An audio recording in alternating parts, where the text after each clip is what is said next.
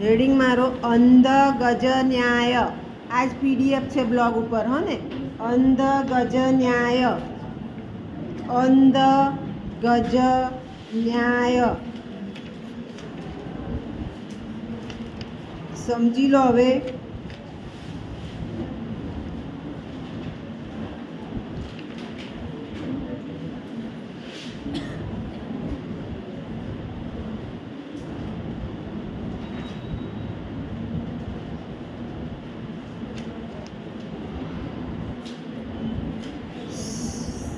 શીર્ષક ઉપરથી કહો, અંધ એટલે શું? શીર્ષક ઉપરથી કહો, અંધ એટલે શું? પેપર અઘરું છે પણ કાયદા બતાવ્યા છે.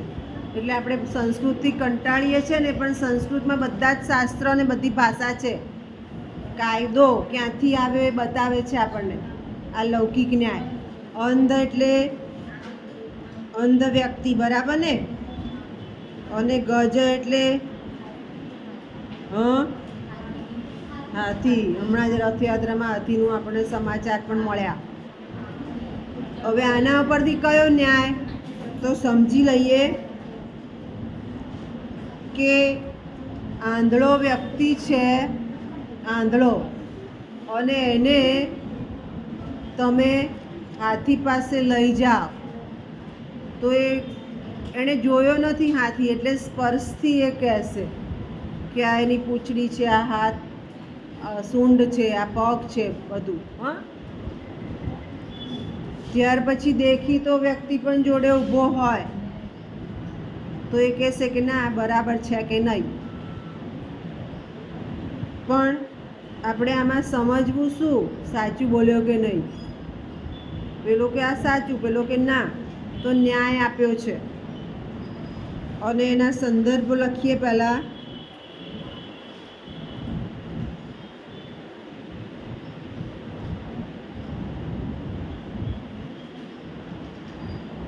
સંદર્ભ જે છે એના માટે લખો તમે. એક સંદર્ભ લખી લો. વાર્તિક છે, વાર્તિક. હું જે બોલું એ પ્રમાણે લખો. વાર્તિક, વાર્તિક 4.4, વાર્તિક 4.4, પાના નંબર 18-13, પાના નંબર 18-13. ત્યાં આ ન્યાય આપ્યો છે, હો ને. અને વાર્તિક એટલે સમજૂતી. જ્યાંની સમજૂતી હશે ને એ. તો ત્યાં શું કહે છે હવે અંધગજ ન્યાયમાં?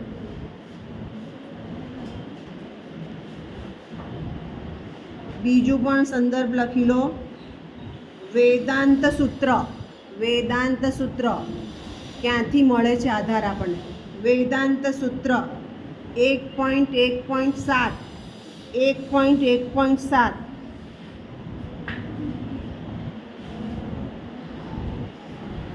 આમાંથી આપણને સંદર્ભ મળે છે. આનો સંદર્ભ એટલે આધાર. તો શું કહેવા માંગે છે? એણે સૂંઢ પકડીને કીધું કે આ પગ છે, તો આપણે સાચું માનશું? ના. તો આમાં વાર્તિકમાં અને વેદાંત સૂત્રમાં એનો આધાર આપ્યો છે કે આ ન્યાય કઈ રીતે આવ્યો. જેને લો કરવું છે આગળ, એને આ બધા ન્યાય કામ લાગશે. એટલે સંસ્કૃત સાહિત્ય છે એ જુદા જુદા શાસ્ત્ર અને જુદી જુદી ભાષાઓનું મૂળ છે, જો આપણને પકડતા આવડે તો. આ બે સંદર્ભ ગ્રંથ લખાવ્યા, એમાં અંધગજ ન્યાયનો આધાર આપ્યો છે. શું આધાર આપ્યો છે? તો એમ કે કોઈ પણ વસ્તુ જોઈએ છે તો એને સ્પર્શીને કહી શકાય નહીં કે આ જ છે.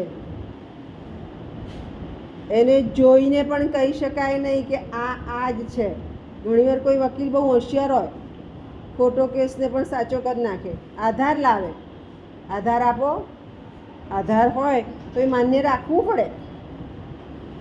એટલે ન્યાય જાણવો જરૂરી એટલા માટે બની જાય કે આપણે પણ જાણતા હોય જોઈએ કે ના, તો સ્પર્શના આધારે નક્કી ના થઈ શકે, જોઈને નક્કી ના થઈ શકે.